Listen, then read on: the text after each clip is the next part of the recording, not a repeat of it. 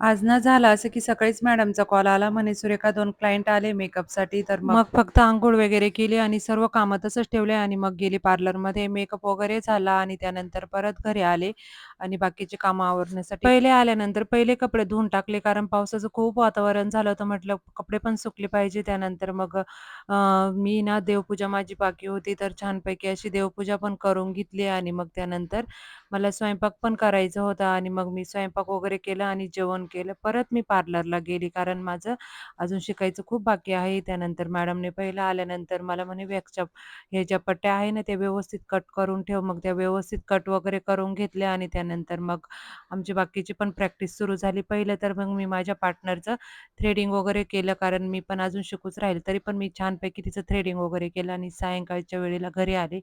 राजमा आणि चपाती असं काही जेवण बनवलं. तर असा होता आजचा दिवस. तर आपण भेटू नेक्स्ट व्हिडिओमध्ये. व्हिडिओ आवडला तर सबस्क्राईब